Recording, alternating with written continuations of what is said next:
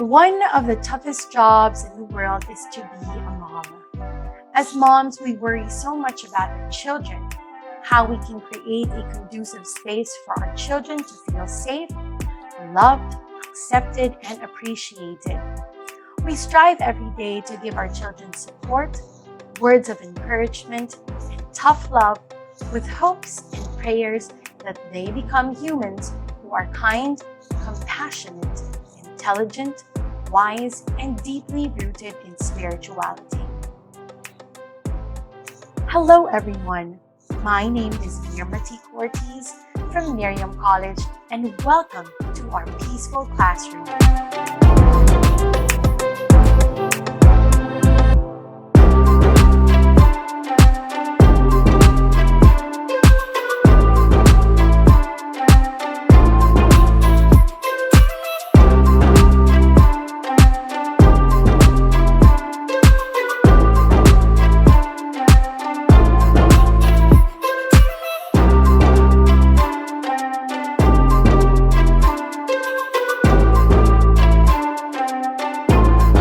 Welcome to our sacred space, Our peaceful classroom.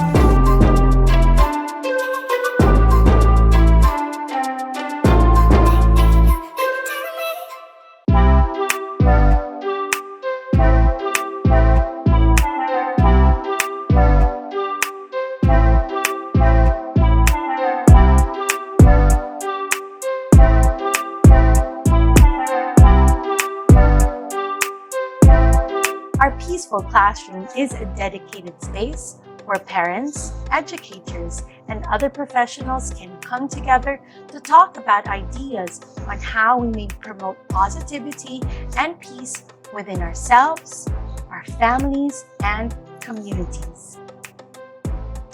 In today's episode, we have with us two moms, Ms. Mian Alampay-Arcega and Dr. Clarissa Mariano-Ligon, who will share with us their experience as working moms. Let's listen in and be inspired and encouraged. Hi everyone, I'm Mian and Dr. Clark. Hello to you. So we're here. Thank you so much for giving us the time to be here with us here at our peaceful classroom. So Mian, can you just briefly introduce yourself and of course also to you, Dr. Clark? Sure. Hi, Mirma, and hello to all our viewers. My name is Mian Alampay-Arcega. I'm a faculty at Miriam College. I currently teach professional development to my third year leisure and tourism management students. So I've been working in Miriam for a while now. I'm also a mother of one. I have one daughter who is turning 4 this July. Yes, Mirma, hello, good afternoon. Hi, Mian. It's nice that you're here also with us today. And hello to the viewers of our peaceful classroom. So I'm Dr. Clarissa Mariano-Ligon from the Office for Student Affairs of Miriam College as well. I have two boys. I have a son who is graduating grade school this May. I'm very excited. He's 12 years old. And then I have another son who is 7. He's moving to grade 3 this coming school year. Wow, so I'm so happy to be among moms. No? So Mian here, she has a daughter who's also a toddler. So my son and her daughter are the same age. But we also have Dr. Clark who has, who are in school age children and one is entering teenage to teenage life, right? So today's episode Yes. is really dedicated to working moms, and this whole new setup of the pandemic, this whole new normal, and working from home, this working from home setup that's I think very new to us and very new also to our viewers. So maybe you can share with us what is the typical day for you as a working mom working from home. Anyone can go first, so it can be Dr. Clark or me. Okay, sige, perhaps I can go first. A typical day for me would involve waking up earlier than everyone else in the household, meaning earlier than my husband, earlier than my daughter. That's around 5 in the morning if I can, just to get some work done before, the whole house has to move. So I take that time in the morning to kind of catch up on my emails, plan out what I have to do for the day. I usually use that time to do the most important things, the things that I need to focus on the most, and then reserve the other more minor things that I can do when my daughter is awake. My daughter then wakes up at around 7 o'clock, the usual breakfast. On some days, because I enrolled her in online schooling, we would have her class, and of course, I'm the one supervising the class for her. And then lunch, and then after lunch, she would be playing independently while I'm working. And then during the day, also my husband works. So in the evening, we prepare dinner, and then I give my daughter a bath again, and we usually I let her sleep at around 8 o'clock. My husband and I would usually still be up and watch our usual Netflix shows just to unwind after a long day. But basically, the day is, it's hard to really define, a concrete schedule, at least for our family, because um, a lot of new things have to come up, a lot of important things. When my daughter needs me suddenly, then I have to drop work and attend to her. But I think generally that's the flow of my day. So that sounds very exciting. Every day is a whole new production number for you. So that's what it sounds like. Go ahead, Dr. Clark. Yes, a bit typical with what Mian shared also. So for me, I used to love, sleeping in. Well, this was before, of course, I had babies, I had children, but waking up a bit earlier than the others, having my, me time prior to, of course, checking my email, checking the schedule that I have for the day, the meetings that I have to attend to. Okay, and then what's sacred for me would be meal times. Okay, that's the time that we reconnect because, of course, during school days, the boys have their schedule already. I am my son, who is 12 years old, would not often rely for my help anymore. There was actually one time where we were having lunch, and I said, "Oh," and he said that.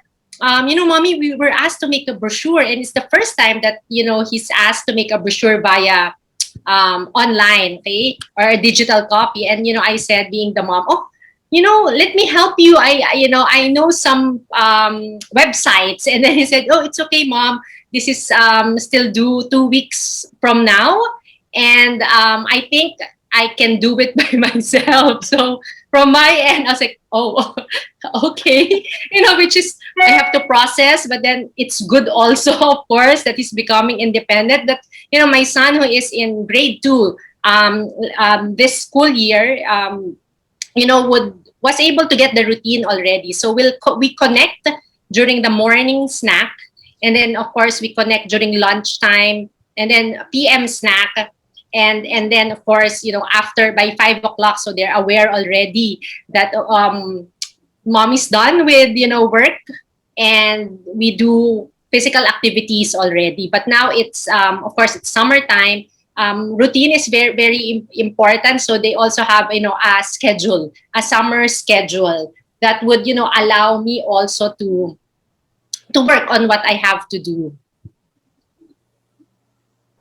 Thanks for sharing, Dr. Clark. And I think a lot of our viewers, even the dads out there, can very much relate to how it is, the typical days of the family.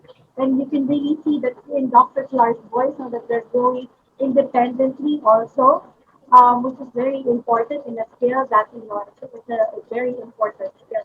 So thanks for sharing your typical day. And I like what Mian said, waking up before anyone else wakes up, because I can also relate to that, trying to do some work. I think that's where we do our quiet time and just our me time before the house gets really super, super busy. Thanks for sharing that. Now, allow me to ask you, this whole new setup, ever since the pandemic started and we were, called to work from home. what are the challenges that you face as a working mom? Dr. Clara, would you like to go first? Yes, yes, sure. Okay. On my end, of course, scheduling would be, a challenge at times. There would be days when I would have back-to-back meetings. So it's a challenge because my boys would really rely on me regarding the regarding meal times, of course, and then they're used to when it's 10 a.m. That's break time or snack time. So they would peek in and say, "Mom, are we going to have snack already?" And it's like, you have the key to the refrigerator, but of course they just want you to be there. I guess that's the role of a mom, right? And I would say, I'm sorry, son, I'm not yet done, so you may go ahead and eat. So sometimes you would see sad faces that, but of course that of course is a challenge.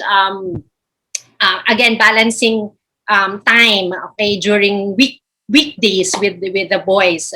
Really, especially now, a new challenge is that we don't have a helper. So we'll see how it goes. But of course, as mommies, we have the power to multitask and to manage. Right. For me, yeah, as you said, Dr. Clar, as mommies, talagang you have to learn to multitask. You're kind of like a superhero in the house, no? Parang running this way and that. For me personally, since my daughter is still a toddler, she's not as independent yet, no? So she relies on me a lot. She relies on my husband too, but I think more on me because she's so used to it. And being a full-time employee, especially last year, I think the biggest challenge really was learning to set the boundaries and sticking consistently to those boundaries. Because in your mind, you want to set boundaries, but sometimes in practice, it's easier said than done, really. At first, it was very hard to explain to my daughter how come mommy is at home but she has no access to me, especially during times when I have to focus. Let's say I was in a meeting or I was in an important call or I really have to finish a project and submit it by the deadline. Of course, I felt very parang if only I could clone myself, so that one version of me is focusing on work and another version can be hers 100%.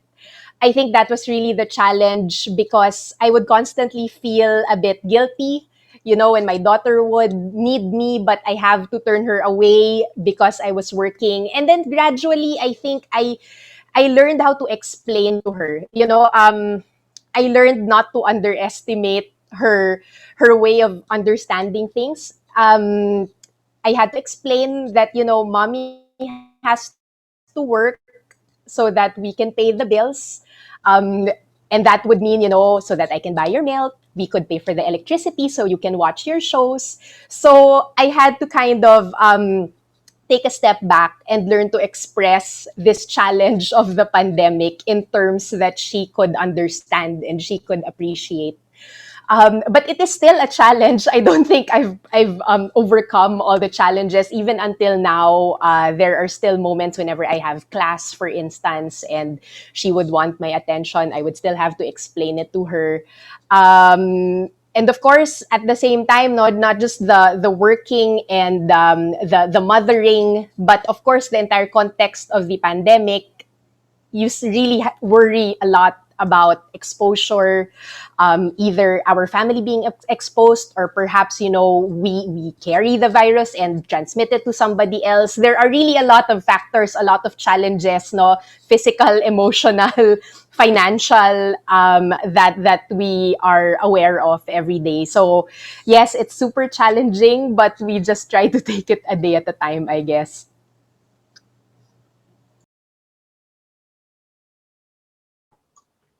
Yeah, so me, and thank you so much for sharing, and of course, Dr. Clark as well. I would like to go into the discussion of the mom guilt because that's real, It really gets to us at times, and having heard me and say that sometimes she feels guilty, I can resonate with that because there are moments that I will have to tell my son, hey, can you play there or watch Muna Pororo or Coco Melon? Mommy needs to just finish something. Just one email. Alam mo, we bargain with our kids, and sometimes I even hide. I hide in a particular room so that they don't see me. So, and of course I feel guilty for that because I hear him say, "Mommy, where are you? Mommy, where are you?" But then if there are just some things that we have to do. So, how do you deal with mom guilt? Because that is very real, and a lot of mothers and even fathers are experiencing that.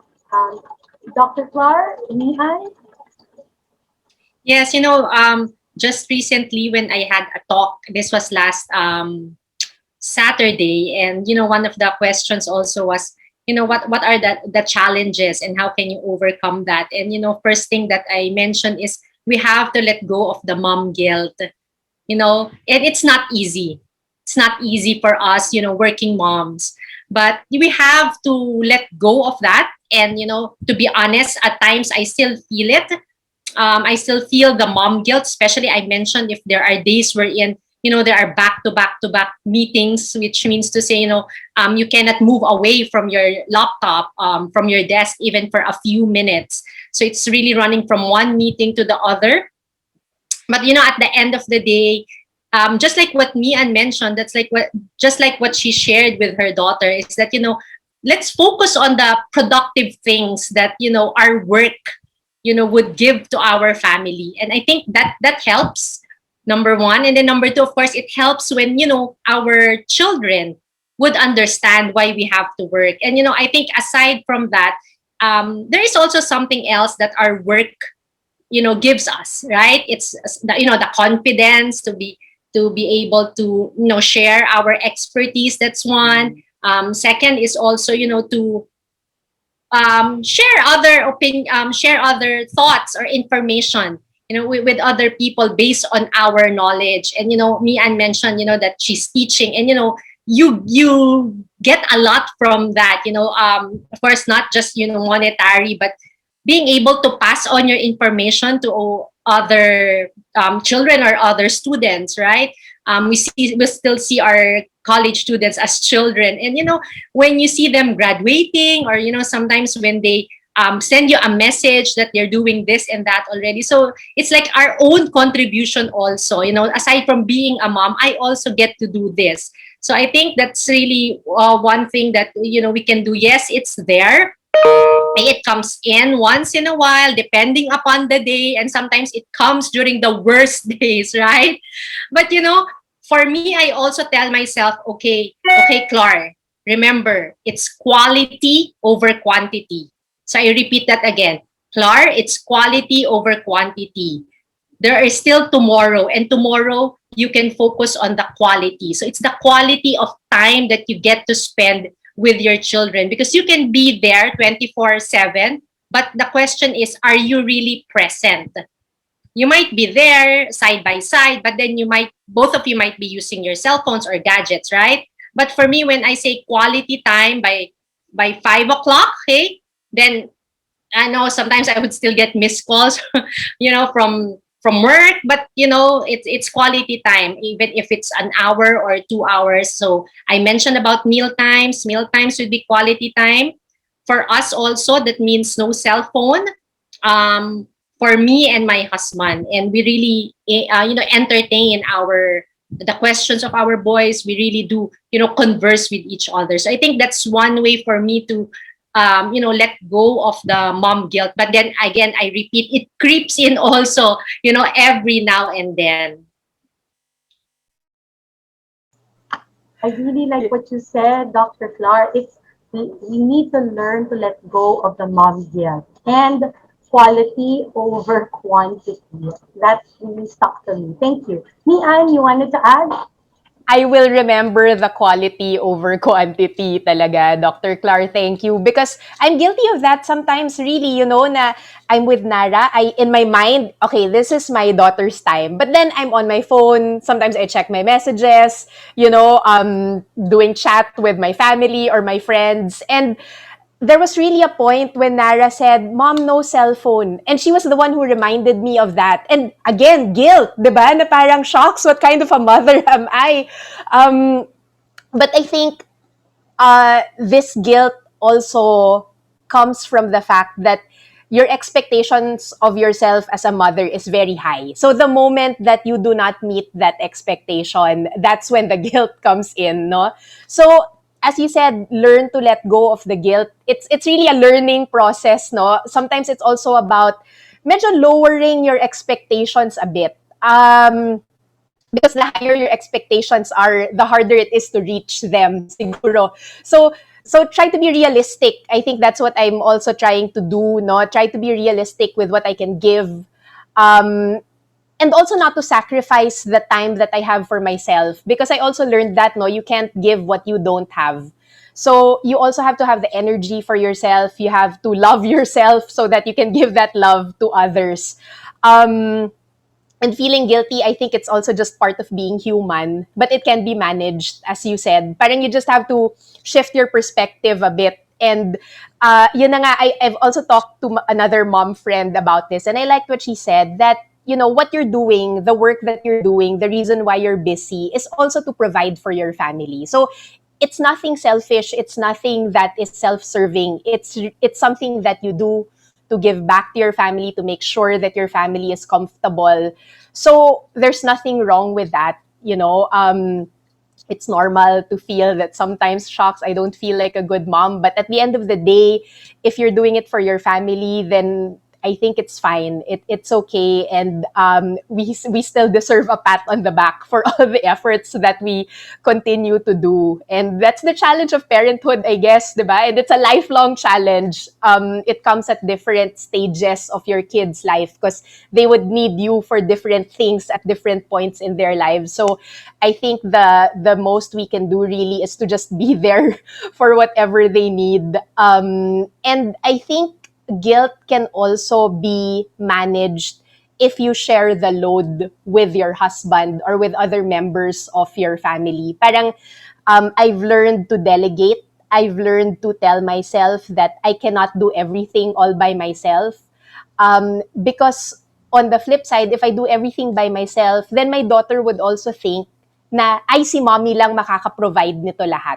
So if I share the load with my husband, give him some tasks or duties that only he can do, then it also builds the bond of my daughter and my husband. At least for us, it works, no? It works that way. So if anything needs fixing at home, that's my husband. If it's cooking related, that's my husband. So he has his own parang special world with my daughter, which I appreciate and I really try to foster as much as possible para they can also create that bond that's special to just the two of them. So, it's a learning process.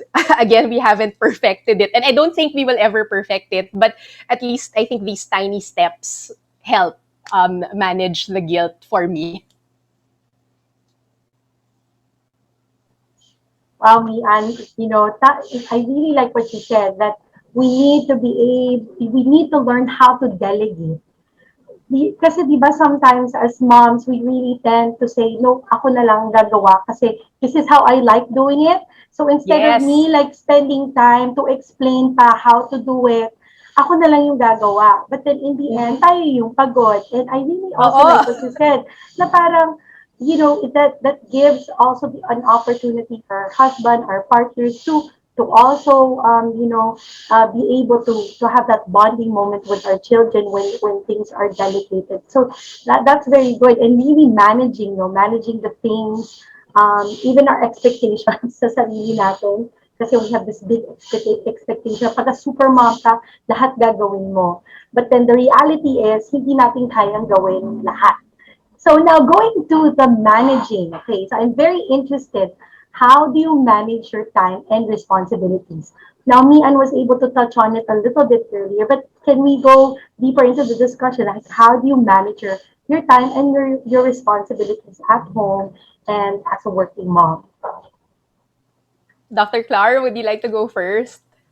Yes, yes. Well, on my end, I really have to be organized. That's first, okay? Because when you are organized and when you are able to, to see the things that you have to do for the week, then you are able to manage your time.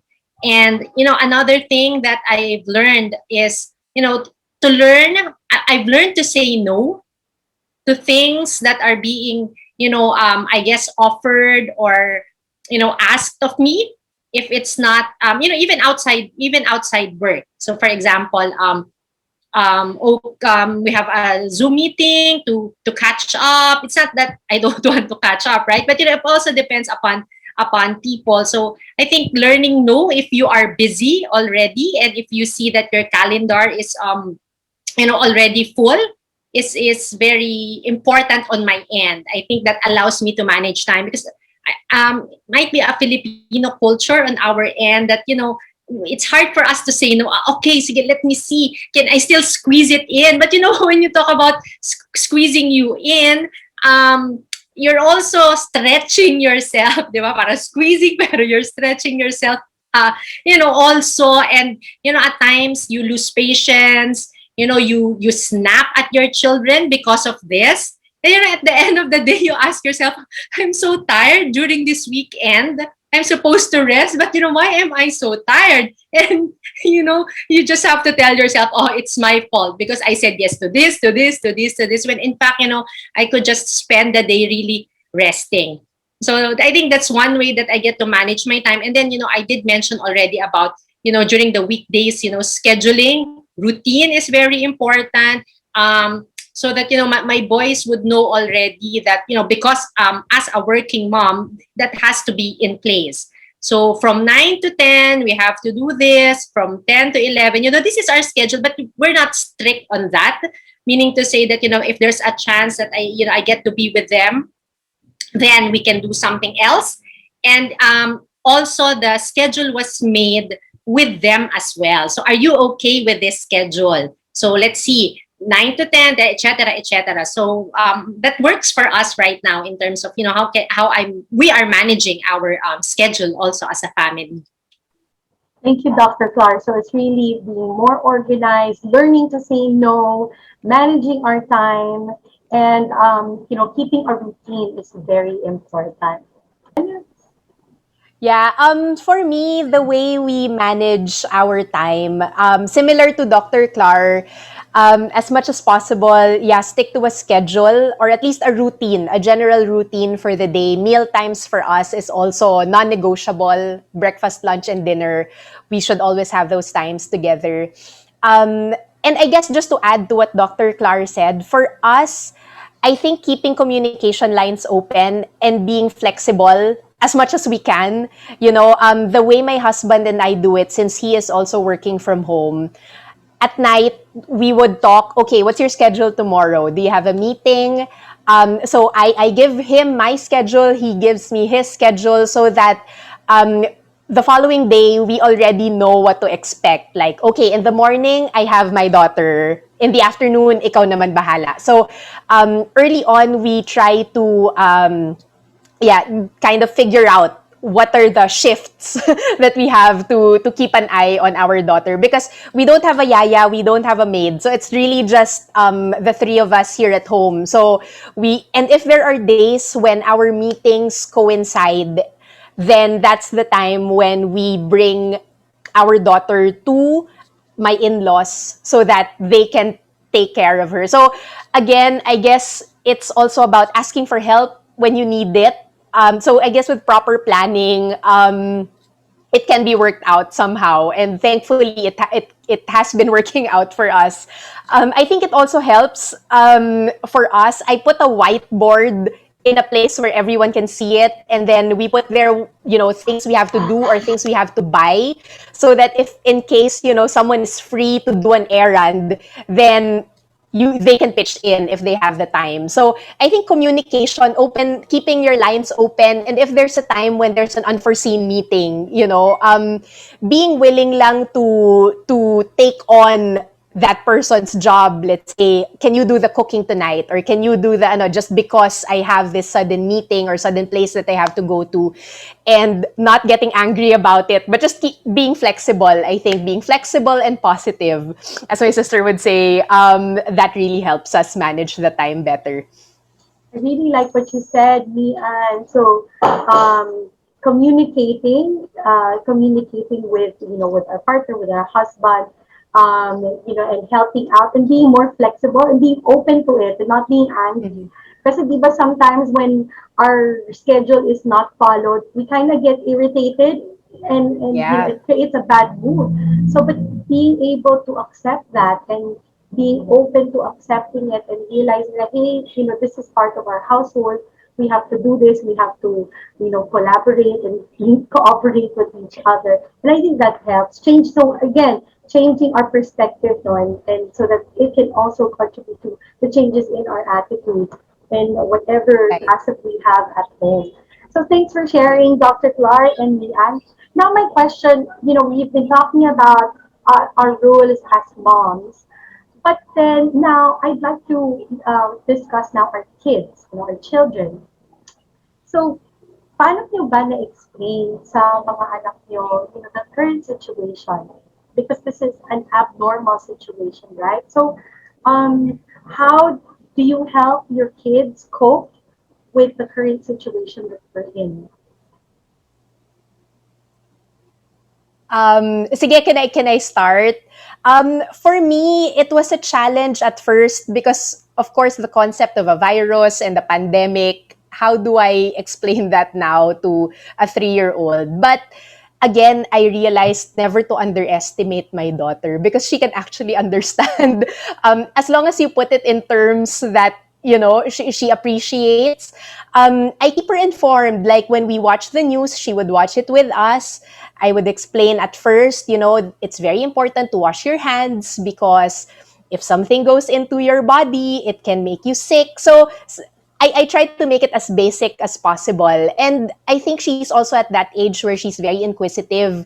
So at some point, we don't even talk about it, but when she sees it on TV, oh, mom, it's the virus, it's the coronavirus. And now she can even say coronavirus pandemic. So I think little by little, as long as I expose her to it, and of course, unfortunately, I think at this point, all of us have had, a close relative or a family member be affected by COVID. I never sugarcoat it for her. If something bad happens, if someone gets sick or someone passes away because of it, I explain it to her that it was because of the virus. And I guess I also use those opportunities as learning opportunities. That's when I teach the value of praying for our loved ones who have passed away, the value of hygiene, how important it is to always be clean, to wash our hands, wear our mask. So I guess part of explaining it to her is teaching her as well how to cope with the virus, with the pandemic, and with everything else that goes along with it. Be it sickness or death. It's at least for our family, we believe that she has to understand these things even at an early age because it's the reality that we have now. So for me, really just communicating it to her at words, using words that she understands, works. And I think she has a clearer picture of what the pandemic means already.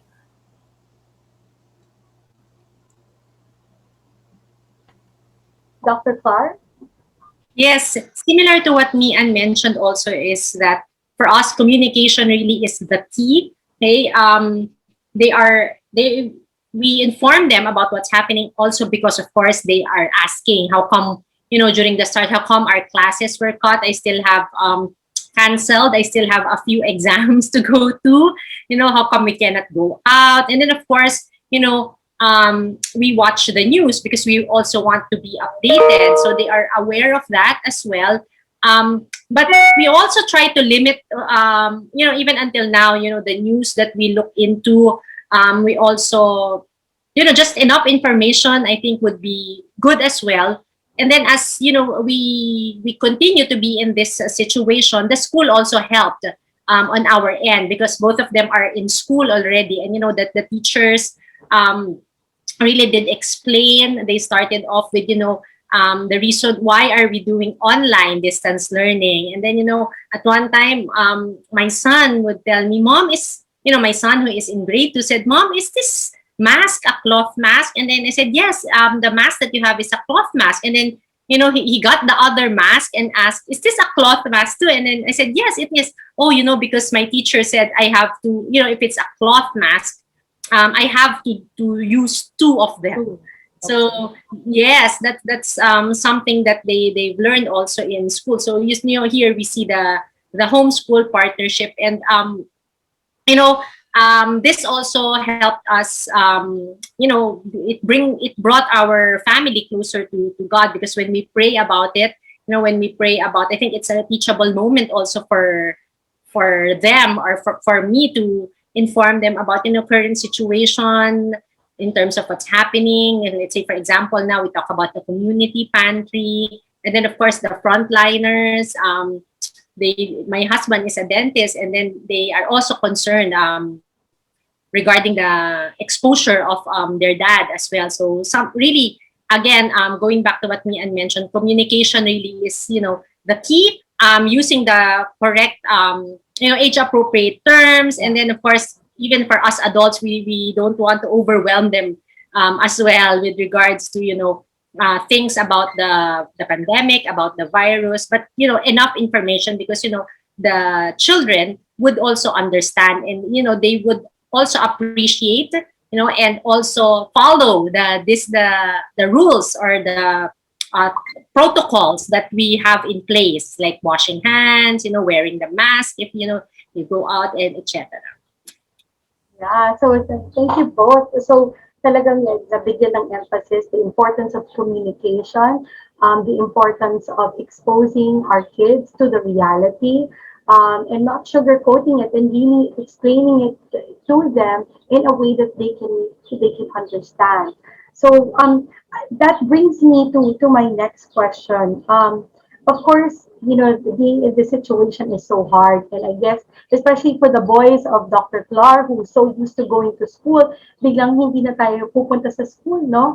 So, and of course, having toddlers, socialization is so important at that age. So what do you do to develop that particular value or skill of socialization? Well, if I may go ahead for my end, there's not much of problem with regards to my son who is in grade 6 already, because he already has a set of friends whom he can connect to. Of course, right now via online. So that's another discussion in terms of the use of gadgets, the exposure, right? When in terms of the number of hours when we talk about screen time. So, but that's another discussion. But when we talk about socialization, I'm actually surprised that he gets to socialize with not classmates, but batchmates, but batchmates, but not classmates. So I said, wow, really? So how do you get to communicate? And he said, Mom, we use Discord. And I said, oh wow, Discord. And at one time I said, can you teach me how to use Discord? And he said, I don't know if you're gonna be able to, but I will try my best, Mom. Just really being honest, because it's different from Messenger, Mom. And then, but that's how he gets to communicate. And I give him time to talk to his friends, to play games with his friends, because that's really very important. But for my son who is 7 years old, he doesn't really have, he has friends really when we talk about friends in the classroom, okay? But of course, now that it's summer, then they don't get to talk to each other also, even if their account is still, the school account can still be used. So for this time, then we would often talk to cousins, di ba? Yung we talk about the support is very important. So that's one thing. If you get to do Zoom or phone calls, and then I also ask him, oh, do you remember your friends from grade one? Because we can connect. As a mom, you also know the moms as well as with the same classmates as of last year. So that's one. But I was happy also that during this school year, the school year that has passed, the school really tried their best to encourage socialization. So they do have online lunch, they have online recess. That's monitored recess when they really just get to talk about um, outside. You talk about something else besides academics, and even during the start of the school year or the start of the day. So the daily check-in for them would still also talk about this, and they maximize the breakout room so that they do get to converse. But aside from that, of course, because now it's summer, then we maximize, really talk to cousins, and then of course socialization with grandparents, because that's also a way to socialize, not just with um, batchmates or with friends of the same age. Thank you, Dr. Clar. So talagang your boys are now into Discord, no? It's like a new hangout place. So just to share, I think even young adults use that now. They watch Netflix and do that. So it's very interesting that it's so funny how your boys think that you won't get it. So it's so cute of them. But thanks for sharing that. Really, when we teach them about socialization, it's not just about face-to-face no interaction, but the quality of interactions that we have even online. So thank you. Mian?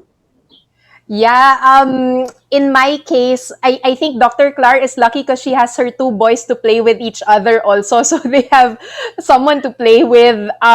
For me, only child yung daughter ko. So socialization is really a challenge. I guess one good thing is that my daughter doesn't have any point of comparison in terms of schooling because she will just be nursery this coming school year. No, the only reference to school she has would be what she sees on TV. The classroom setup. But her first what's this? Her first experience of schooling really is virtual because we really don't have a choice. It's unfortunate, of course, if things were better, I would have preferred that she would be in a typical classroom face-to-face setting so that she would be with kids her age. She would learn how to share, how to play nice with other kids. That's super crucial at her age, I think. But, well, we are in this reality, and virtual schooling is really what we can do at the moment. So what my friends and I do, since they have the same concerns, like my high school barkada, we have kids who are the same age. So sometimes, especially when the regulations were a bit more lenient, I guess, we would organize little play groups, just maybe 2 or 3 families together in our house where they have space to play, to run around, and it's not very crowded because there are only just a few people. That's what we would do. But otherwise, then we would just make use of technology, really. Sometimes I would call Mirma and then our kids would talk. They're getting used to using technology to communicate, no? It's kind of different, but they're getting used to it. And I'm glad that there are these tools similar to Dr. Clar. We also call, my brother and my sister who live abroad, and then they communicate with their cousins through video calls. So, but you're right, Dr. Clar. I think, socialization is also not limited to just socializing with kids their age, but socializing with their grandparents. So, yes, we do bring Nara a lot to her in-laws or to my mom. So she also gets to interact with older people. But honestly, really, I wish she could have a more face-to-face interaction with other kids because that's so important for her developmentally, I think, really at this age. Yeah, so I totally agree with you, Mian. And which brings me, to my next question. Um, we're talking about socialization. Ngayon naman, now that it's summertime, usually, di ba pagka summer, we all look forward to this, and in the old normal, parang ages ago na, we always look forward to like having family vacation, going out, going to the mall, whatever it is. But now that it's summertime and we're here at home, what are the activities that you like doing? And I like this question because we will get to hear different perspectives because Dr. Clark's children are much older than our kids know me, and so I'm very interested to know what are the activities that you have planned out for your kids now that it's summertime. Mian, go Uh, ahead. sige. For us, the heat is really a challenge for one thing. My daughter has learned to ask for aircon already. And I said, no, that we can't do aircon 24/7. But sometimes what we do, take out the inflatable pool and, just let her play there, just to beat the heat. Um, we've also learned to involve her in a lot of our household chores because now that she's 3.5, and about to turn 4, she likes being involved. She's more curious now about what it is that mommy and daddy are doing. So, for example, my task is laundry. So she volunteers to be the one to hang the laundry or take it down when it's already dry. And I like it. I call her my assistant, and she takes so much pride in saying, "Are you proud of me because I'm your assistant?" And I'm like, "Yes, I'm very very proud of you." So giving her that role to assist me or to assist her dad whenever her dad is cooking, it really gives her a sense of pride and accomplishment. So that's what we're focusing on. We try to make a conscious effort, although, of course, it slows down the process. Sometimes, of course, if I want to do a chore and finish it in 5 minutes, I can do it by myself. But if she's involved, of course, it prolongs the time. But I just think, long term, it would do her a lot of good to learn it early on. So, even, yung pagwawalis sa labas, she likes being there. Sometimes she just likes, scootering around. But if she sees me and I say, oh, it's so fun to do this, or I made a because now the leaves are falling, no, sa tree namin. So I made a game of it. So I said, oh, why don't we make, barbecue leaves? So her task is to pick up a twig and then put in as many leaves as she can. So it's a fun game for her, but at the same time, she cleans up in the garden. So I try to think outside the box as much as I can, and think of activities that would allow her to learn, but at the same time contribute to the household in her own way. And she ends up liking it. What else do we do? Those are the things that I can think of at the moment. But if there's an opportunity wherein she could help, given what the abilities that she could do at the moment, I try to involve her, and she likes it. Yeah. There. So really involving our kids and making household chores really fun. So that they have an Yes. appreciation and it makes them really proud of themselves to be called an assistant. I like that, Mian. Dr. Clara, what about you? Yes, well, from my end, it's true also that what Mian mentioned, we utilize the time that we have together by doing chores. So it's hanging the clothes and then folding the clothes also. So, it's summertime and the clothes will dry up, easily.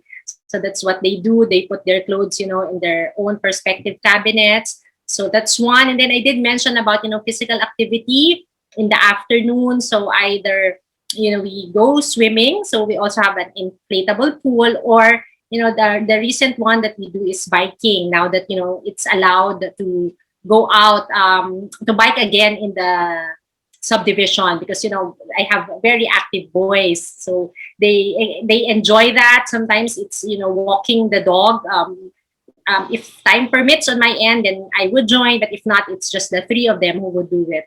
So aside from that, one thing that I did is I tried to look into the I did Maria Kondoing. So I tried to look into stuff that I have, the extras, the excess. Because Ian did mention that, we have to think outside the box. You have to be creative, really, because it's pandemic. Instead of sulking and, using your brains, I feel bad because you can't go to the beach, just move forward and use your mind to think of ways to do summer activities. So I found out, a lot of crayons, markers. I found out, what do you call this, souvenirs, extra souvenirs that I had from past birthday parties of my boys. So it's there, something for there to do. So they can do a bit of arts and crafts. One thing that I always support is reading. And I did mention about, our schedule, and there's always 1 hour of reading time. We have that in the morning. So that's from 9 to 10.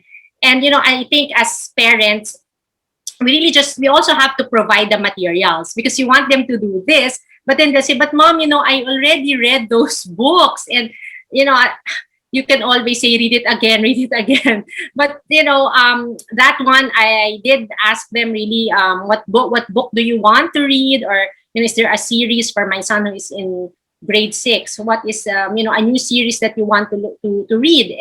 And for him, it's The Artemis Fowl. So I got books for him. And then my other son also, who is more into activity books. Again, because it's summer, it's not, you don't have to ask them to read, really English literature. But it has to be fun also. So, we have that. There's also one thing that I do. There's a block we're in, because they're a bit more independent. So we have, let's say, for Monday, it can be Make It Monday. So make something. So they would draw. So it's a Make It Monday. For Tuesday, it's Travel Tuesday. So of course, where will I go? And I said, where do you want to visit? And my son would just recently said, I visited England and I want to see the red telephone booth, the double-decker bus. And that's for the Travel Tuesday. And obviously, of course, it's online, right? Wellness Wednesday is that's for us. So meditation, mindfulness, being quiet. Thursday is Tasty Thursday. So something that, you did mention, Mian, about cooking. So that's Tasty Thursday. And then Fix It Friday. So fix the mess in your rooms. Or, if you want to create something, that you didn't finish, so you fix that, etc. So, but sometimes they would say, Mom, for this day, can I just make this instead of that? And that's what I want to emphasize, because it's summer. You can also be flexible. But on my end, because again, I did mention I have administrative work. The materials should be present, already there. Maria Montessori did mention also that it has to be accessible for them. So do not hide them. I'm sure the others parang, oh, that's a clutter. Ganun. But, if they don't see it, their creativity will not, it will not work, or, it will not start. So it has to be seen. And then, you say, okay, so maybe I'll do this and I'll do that because I saw the markers that you brought out. I saw the scissors, the etc. But, just be prepared for the mess. But it's a good thing also to, teach them how to pack away. And that means they're productive as well, right? Wow, I really learned so much from the both of you. I love the themes, Dr. Clar. I really love yung Monday to Friday themes. Parang ang sayang i-implement, no? At saka yung sinabi mo na we really have to make it accessible, and kasi I'm guilty of that. Kasi nga ang daming, the best toys are the toys na madaming pieces na gusto kong nakatago na lang muna. Like he has plain blocks, and of course, it could just create a whole lot of mess. But really, that will also help him with his creativity. And what I also like was that the examples that both me and Dr. Clark gave, yung about creativity, hindi naman kailangan expensive yung mga toys that, we give to our kids. Like Dr. Clark, it's books, giving her kids books. Si Mian, yung simpleng kukuha ng twig from outside and creating a game that teaches, her daughter, how to count also, how to maybe clean up. So all of these things are so valuable, and we will really keep our kids very busy and productive throughout the summer. So ngayon naman, now To that add we to are... that, Mirma, yes, sorry, go ahead. can I just I'll add a little bit to that because Dr. Clar mentioned yung making things accessible. I super agree with that, Dr. Clar. Just from experience, like all of Nara's books before, they were in a shelf. Yung parang the usual way that you arrange books with just the spines visible to her. And it was in a high shelf. And she never really minded them. I would tell her, come on, Nara, let's read the book. But she would never be interested until I bought this Montessori style bookshelf where it's the cover is facing her and it's at her height. And now she accesses the books so easily, even when I'm not around. She just helps herself to the activity books, to the reading books. And you're right. Of course, it will be a mess, no? Because especially when I leave her to do her own thing, nako, pagbalik ko, it's like binagyo na yung kwarto. Yeah. But it's okay. I mean, I've learned to let go of the mess. If it means that she is learning to be independent, if it means that she's free to explore and do what she wants to do and learn in the process. So, and you're right, the cleaning up is part of the learning. So I always emphasize, we won't go upstairs, we won't go to do the next thing that we need to do if you haven't cleaned up. So it's part of it. Of course, it takes a lot of patience and sometimes a lot of frustration and constant reminding and oh my gosh, like sometimes para na akong sirang plaka reminding her to clean up this way. But alam mo yun, you just really have to be patient and not expect results overnight. Parang it takes repetition pala, 'di ba? And I've long forgone the Marie Kondo style, at least for now. Sabi ko, as long as Nara is a toddler, I shouldn't expect that our house will look like a page from a magazine because it will never happen, diba? But it's okay. I think as long as she's at that point where she wants to explore and find out what she likes doing, if it's coloring or painting, sige lang, I will embrace the mess kasi at least she's learning in the process. So that's what I've learned so far, lalo na ngayong pandemic that we're more, confined in the house. I've learned to let go of the mess kasi maaayos naman yun eh. And yun, it's teamwork. It takes teamwork to also clean it up. I love what you said, letting go of the mess. Yun talaga. Okay, now, I really had such a wonderful time with the both of you, and I learned so much also, and I hope our viewers are also learning a lot. But, just a last tip to all the working moms and even dads who are, the moms of their household as well. What tip can you give them? Just your final word for our segment.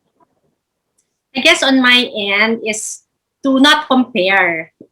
Okay, not compare because each household, each family is different. They have their own routine, they have their own setup, and you have yours too. And my tip really is to find your routine. Try to find the balance, and that includes your work with the work of your partner, and of course the schedule of your child or children. And with that, it's a learning process. Mian mentioned that, it will not, happen overnight. Even if you have the schedule right there, you discuss it, everybody agreed to it. There are also external factors that, would come to play. And for example, on this day, it would not work. But communication, we mentioned, is a key already in order to find, I would not want to say perfect, but, find what works for you. And at a certain time, okay, in the field of education, we talk about assessment. Look into it. What works for us, what has to be changed, because in a couple of months the school would start again. So of course, you have to recalibrate because you have to change the setup again. And again, going back, do not compare. Lastly would be, do not compare also your children with the children of your friends, the children that you see in Facebook, because then the mom guilt would come back again. Maybe if I'm not working, then my child would be like this and like that already. Wow, my friend who's in the same grade as of Gayan in the same school, okay, has like this and that, And, I guess the frustration, you might bring it onto yourself, or sometimes, you might bring it onto your child, and you may say, I ask you to ganyan, so look at na, but each child is unique. Each child is unique. Each child will find his or her own strengths, talents, and as long as you are there to guide and to support, learn to let go of the mom guilt. Learn to forgive yourself every single day, because tomorrow, let's be honest, there are times that you say, you raised your voice, diba? I mean, we're humans. But at night, when you pray, you also pray that you forgive. Sometimes we are very tough on ourselves as moms. We're the toughest, right?